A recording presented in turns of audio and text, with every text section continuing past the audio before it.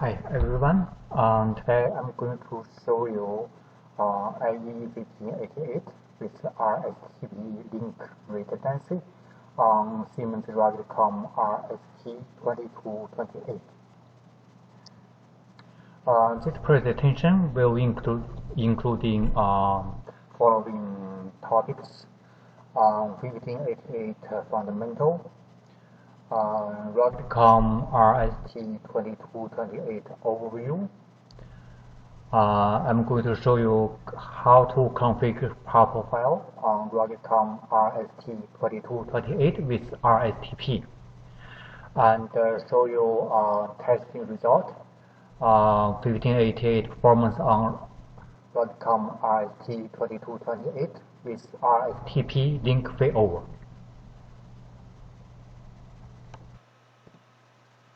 On 1588 first version released 2004.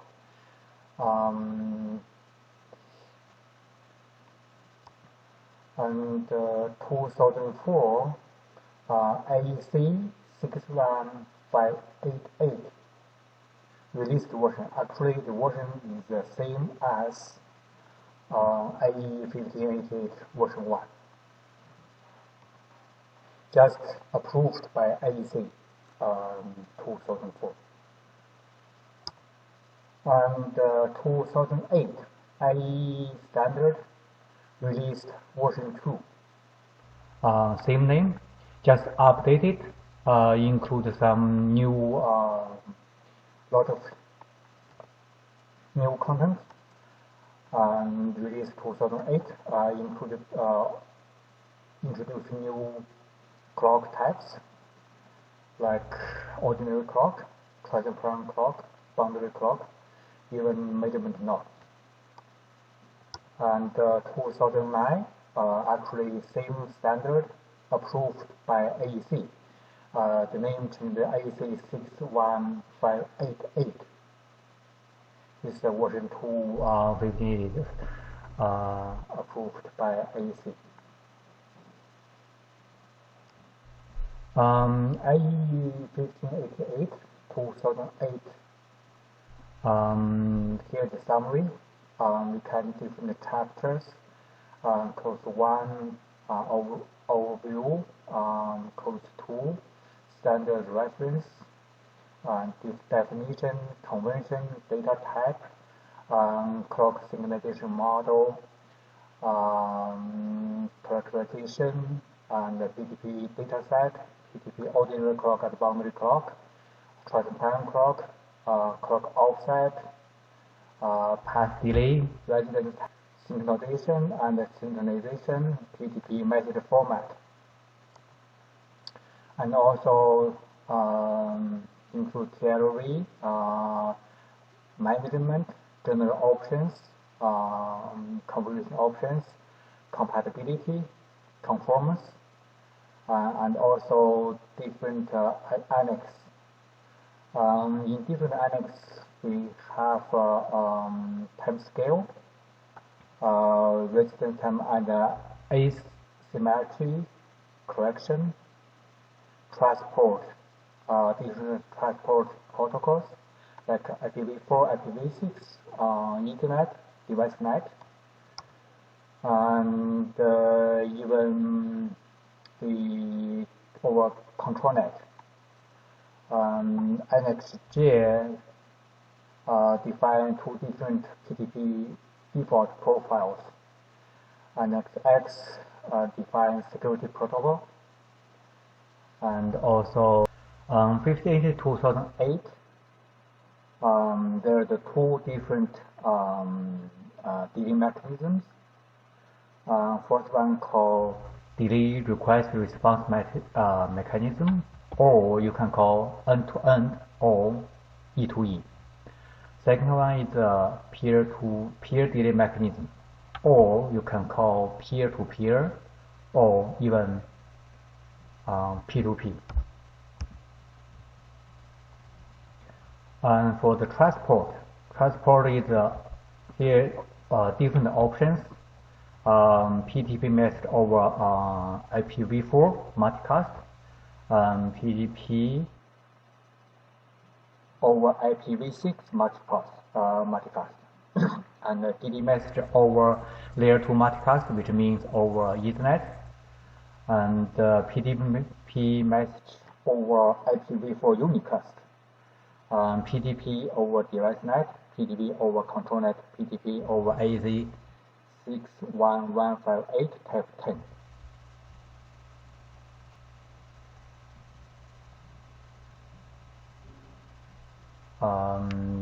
Another, the 2008 version defined PTP profiles. What's the purpose of a PTP profile? The purpose is allow specific selection of attribute values and optional features to be specified such that when using same transport protocol, working and desired performance level will be ensured. The internet working and performance level will meet requirement of a particular application. And here the recommended PTP profile will be defined BMC option and the configuration, node management, in the past management options such as peer delay.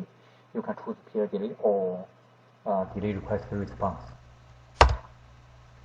In addition, IE specify how PTP profile can extend it to extend standard, like some TLVs, some option BMCA, option management, and use unicast model maybe, profile correct standard and specific industry or organization. Here is the current major profiles on the market.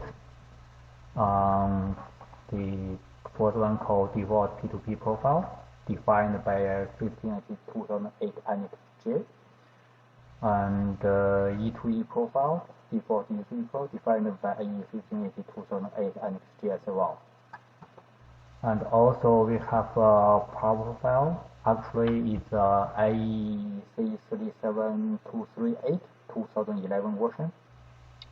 It's specific 1588 standard for the power industry. And profile version 2, another name is C37238 2017. It's the updated version of the version 1. This is specifically used by power industry. And also there is a utility profile called IEC68850-9-3. It's used by power industry as well. And also we have a telecom profile, ITUT G.8261.1, and also there's 8275-1, 8275-2. These three profiles used by telecom industry. Here's the summary for the power profile. The power profile is C37238-2011. This is released July 14, 2011. This standard defined that this power industry will use path delay mechanism. Is a peer delay, not end-to-end. It's P2P. Using default BMC algorithm. Transport use layer 2 multicast. This standard defined can use one-step and two-step clock. Use VLAN as well. Here the two different TLVs. Was one called organization extension one. Second one called profile specified TLV, like the C3728 TLV, include grandmaster ID, grandmaster time inaccuracy, and network inaccuracy. And utility profile released namely in the 61850-9-3, used to be power industry as well, and released May 2016.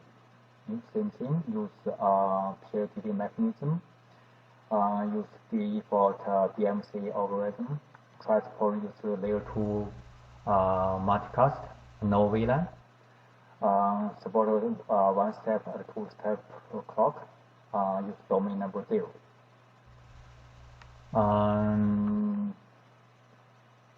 The accuracy requirement is after 15 transparent clocks or 3 boundary clocks, the network accuracy better than 1 microsecond. And also define the accuracy requirement for the grandmaster is better than 250 nanoseconds. Grandmaster holdover performance in 5 seconds, inaccuracy better than 250. Transparent clock, each transparent clock inaccuracy is better than 50 nanoseconds. Boundary clock is better than 200 nanoseconds. The PowerPoint version 2. PowerPoint version 2 released 2017. Use path delay mechanism, use peer delay. Use default BMC algorithm as well.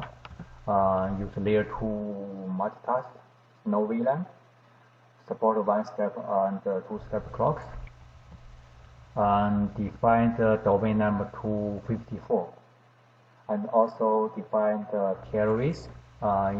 First one is alternate time offset indicator. This one. Second one is C3728 TLV. The include grandmaster ID and total time inaccuracy. We can go back compared to PowerPoint version 1. PowerPoint version 1 has 3 different TLVs, grandmaster ID, grandmaster inaccuracy, and network index. But the version 2 combine grandmaster inaccuracy and network inaccuracy to the single TLV. Named total network, total time inaccuracy.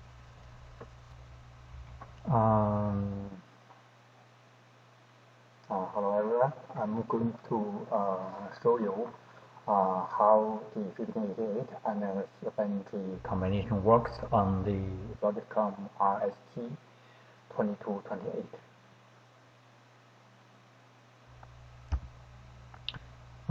Siemens Ruggedcom RST2228 is a 19-inch Ethernet switch. Totally has 28 Ethernet ports, include 10 gig ports, totally 4, which means 4 10 gig ports. For 1588, support transparent clock, including peer-to-peer transparent clock and end-to-end transparent clock. For the PDP profiles, support C37238-2011, which means power profile version 1, and C3728-2017, which means power profile version 2.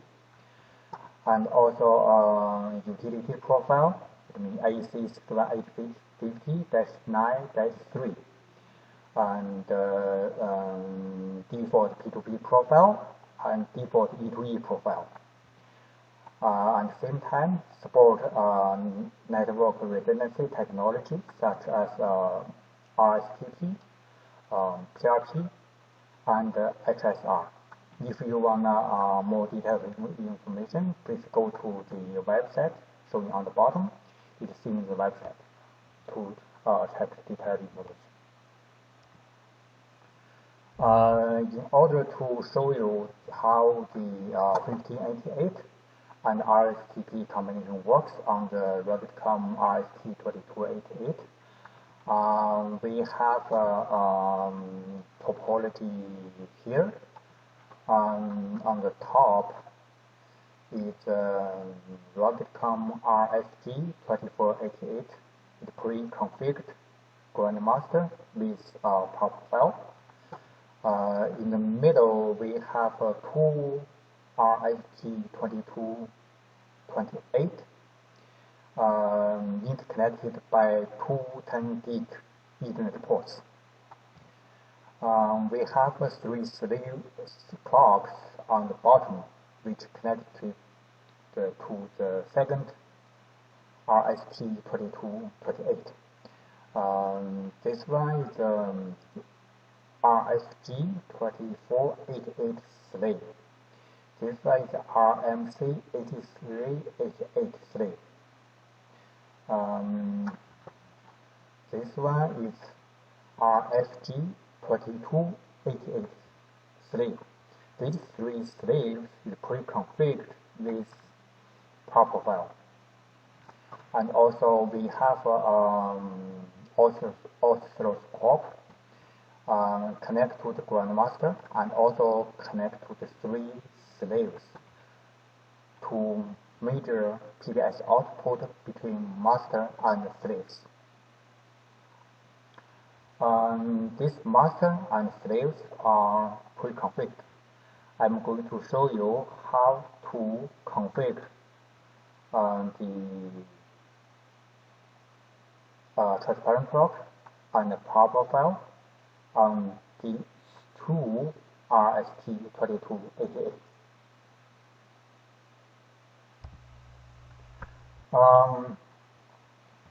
This is topology. We have two different setups in order to testing the 1588 and RSTP combination. This first setup. Sorry, it is test one. We have RSTP root bridge configured on the top 2228. And also we configure proper file on the. So I'm going to show you how to configure transparent peer-to-peer transparent clock with proper file on the RST2228-1 and RST2228-2. And also show you how to configure RST root bridge on the RST2228-1.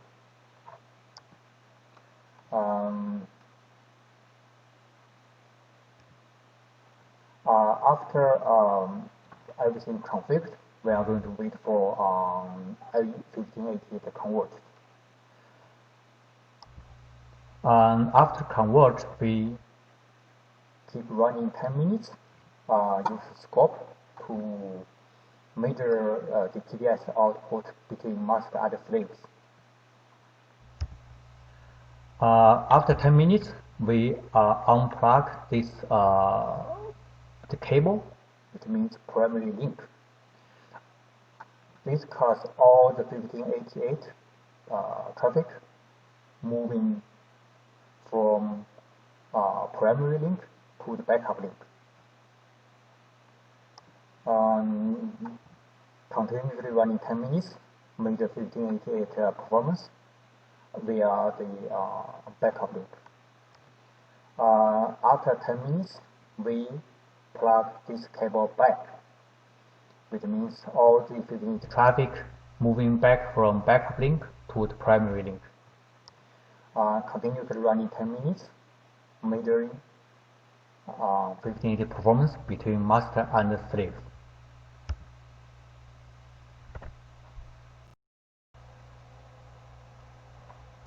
Next step, I'm going to show you how to configure 1588 with pop file on Ruggedcom RST2228-1 and -2.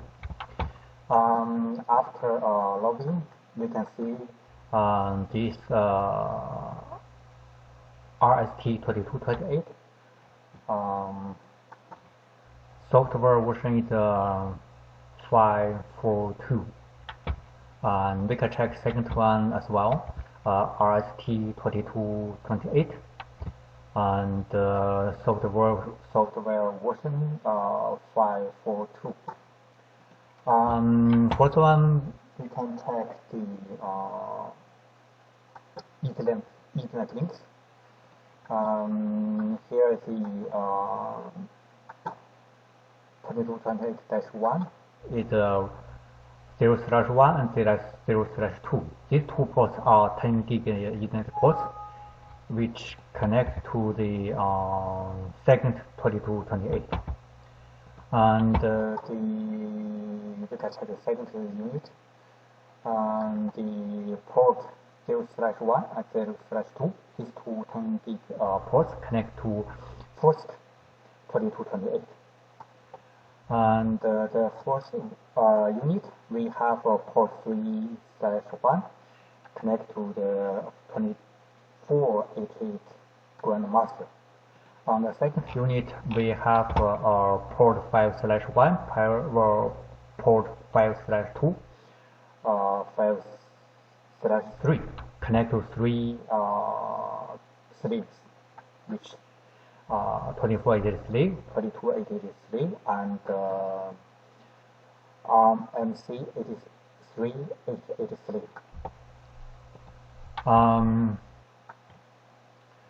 We are going to configure the STP root bridge on the first 2228. Go to network redundancy, spanning tree, configure root bridge. We change root bridge priority from default value to the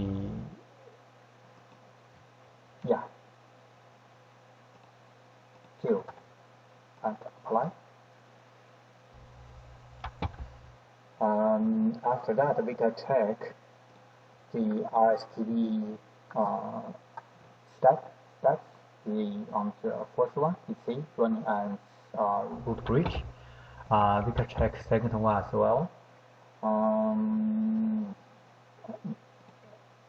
Spanning tree review bridge. This designated bridge. If we check port status, and see this port 0/1, 0/2 of forwarding designate on the first one. The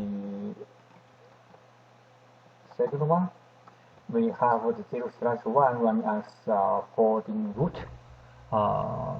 Port 0/2 starts discarding alternate, which means port 1 primary link, port 2 is the backup link. Now we can go back to first unit to configure 1580 on it. 1580 under administration, system time manager, the partition time protocol, configure global parameters. By default, the PDP is not enabled. We need to configure PDP enable to yes. And here we can configure clock type as peer-to-peer transparent or end-to-end transparent clock. For this test, we need to keep the default, which means peer-to-peer transparent clock.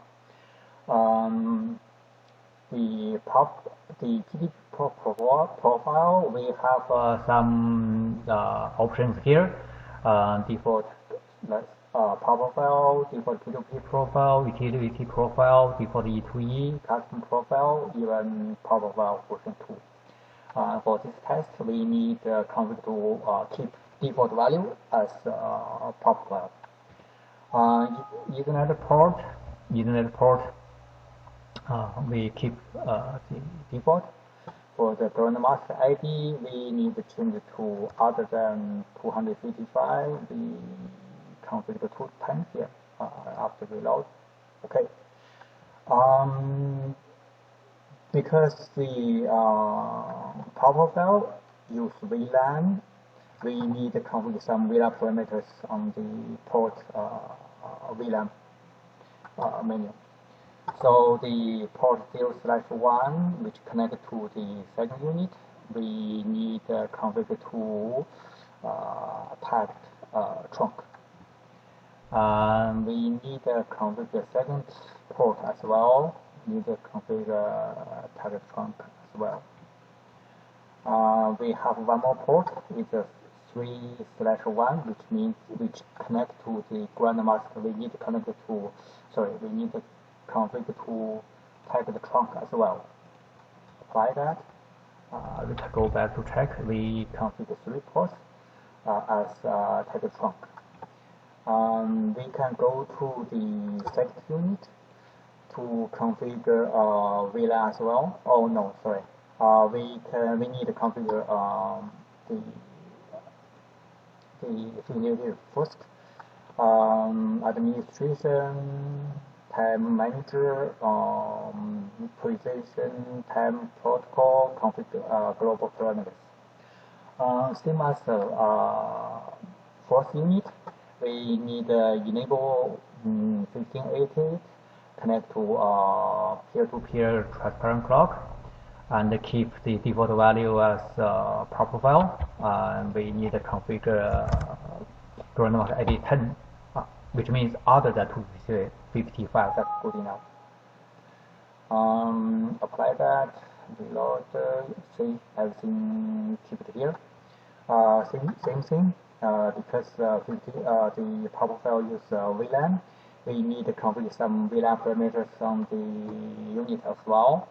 The port 01, which means 10 gig ports, we need to configure tag the trunk.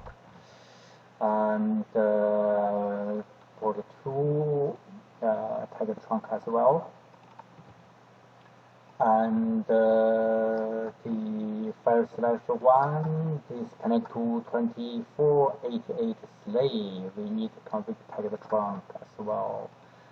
And 5/2 is trunk, tag the trunk, which connect to RSTP2228 slave.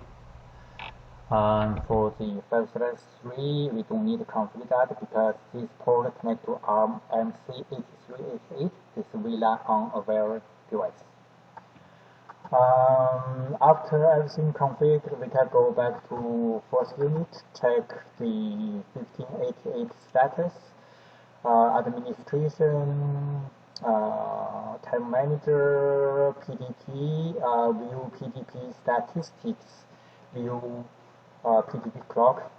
See, the first one running as peer-to-peer transparent clock, and we can check the peer delay value as well.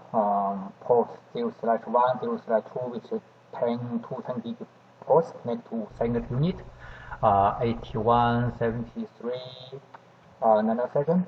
The 3/1 connect to ground mask 591 nanosecond.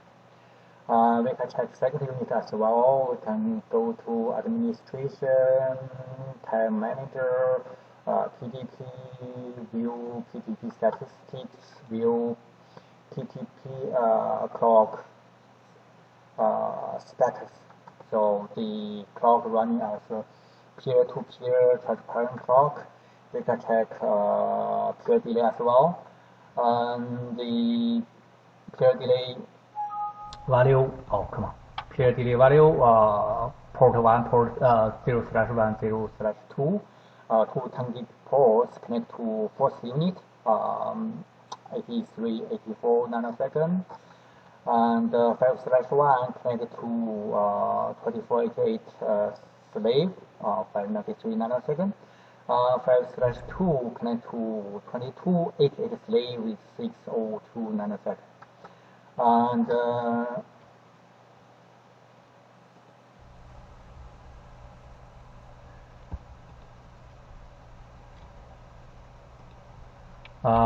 the 5/3 connect to RMC88 RMC88A3 running support the value is 3301 nanosecond. So this configuration is done, and yeah, we can start doing the link failover test now.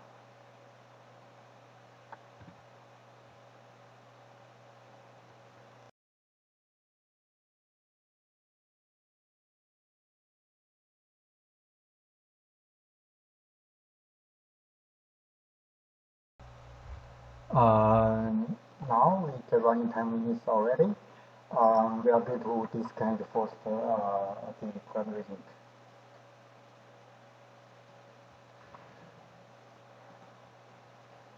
So let's check the port status on the first unit.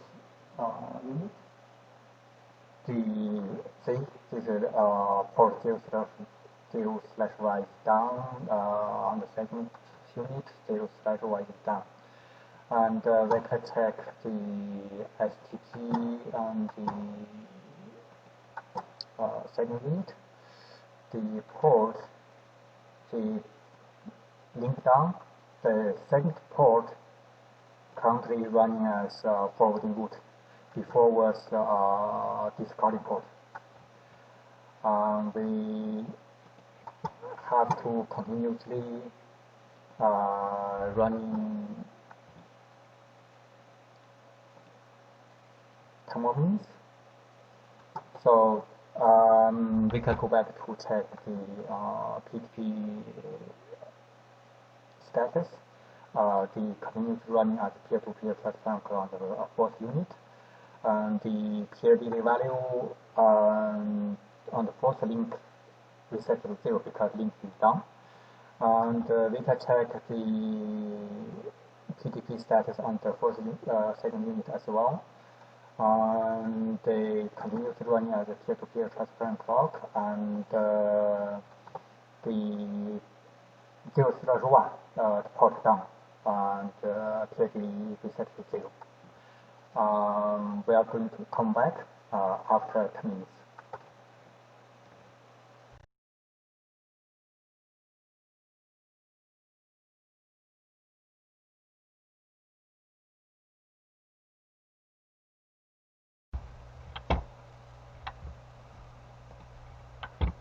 We have wait for 10 minutes already. I plug the primary link back.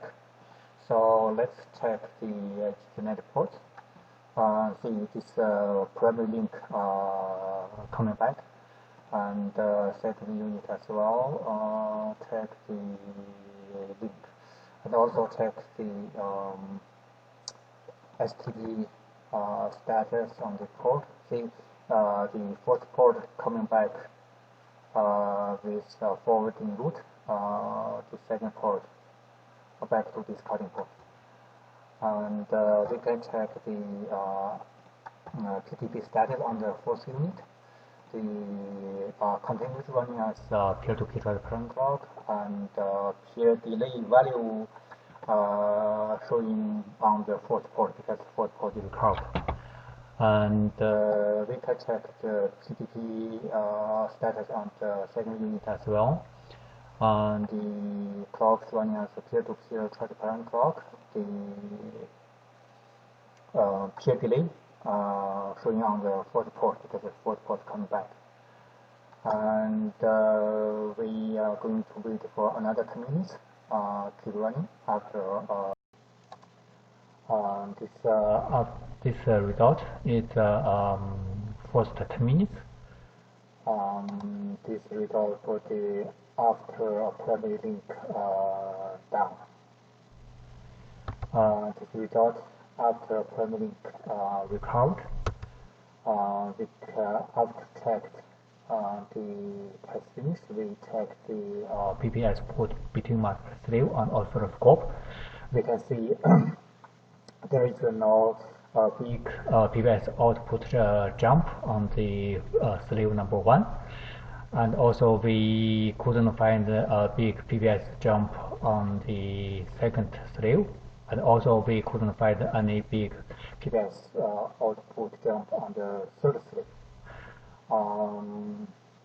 which means the link failover not affect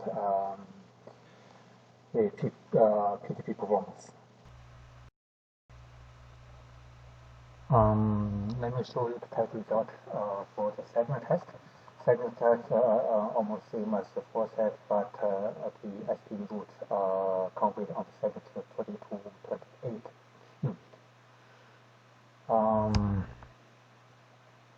Another common means we continuously measure PPS output between one grandmaster and the 3 slaves.